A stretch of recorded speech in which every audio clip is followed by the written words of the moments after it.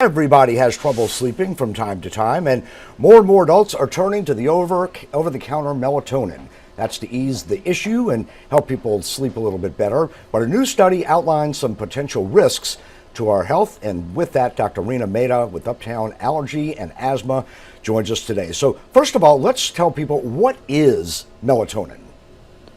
So that's a great question. So our body produces a hormone called melatonin. It's released by the pineal gland, and this is a hormone that when you are sleeping at night, it's released in the dark. And what it does is it helps regulate your sleep through monitoring your circadian rhythm. And so it's a natural hormone that's produced in your body, but it's also available as a dietary supplement if you have trouble sleeping. So if the body naturally produces it, why do we need it?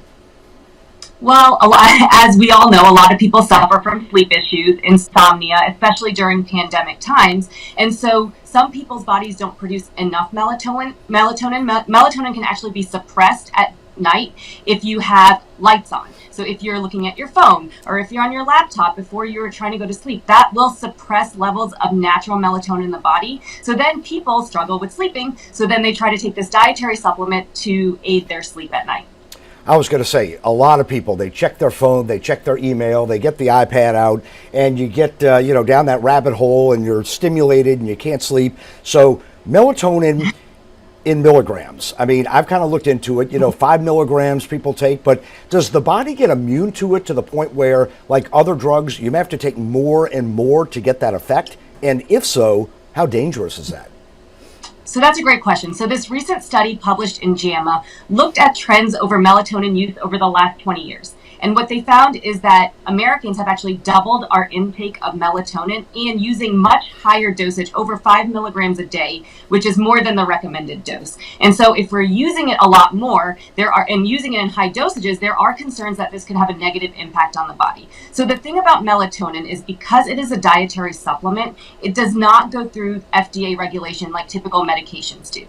And so if it's not going through the typical regulations through the FDA, we really don't know how much hormone is actually in each and every pill or capsule. And so really it's sort of a little bit all over the place. So the concern becomes is if you're using too much, can there be side effects such as long-term dementia, dizziness, interactions with other medications that you may be taking? And really, if we don't know long-term what this is going to do, it could have a lot of negative health impacts. That was going to be my next question. I mean, if this really truly isn't regulated to that point and people take it and, you do have nausea, some people may not be able to sleep on it. Long-term dementia effects, as you mentioned. So, what do you do at this point, though? If you, say, have trouble sleeping and melatonin, a friend says, I take it, it works for me. Do you just jump on it, or do you maybe talk to your doctor about maybe other ways that may be a little more healthy for your body? Because everybody's different. Exactly. You should obviously definitely talk to your doctor about it. So just because melatonin is natural doesn't mean it's helpful, doesn't mean it's safe. So if you're taking it as your crutch, you're dependent on it, you're taking it in high doses, that it could actually possibly be harmful to your body. It's really meant to be taken for short-term use to help with like insomnia or jet lag or something of that sort. And so if you're really having trouble sleeping, you should talk to your doctor about coming up with a routine for good sleep hygiene. And I have some tips on that if you'd like to hear about ways to improve your sleep without being hooked onto a medication for it. All right, let's do a very quick bullet point. We have about 15-20 seconds left. Okay, so obviously having a routine is best. So going to sleep at the same time every night, waking up at the same time. Meditation can be really helpful. Turning the lights off 1 hour before you're planning to go to sleep. If you like to read, using one of those e-readers in the dim mode is much better than artificial light from, for example, a phone or a laptop.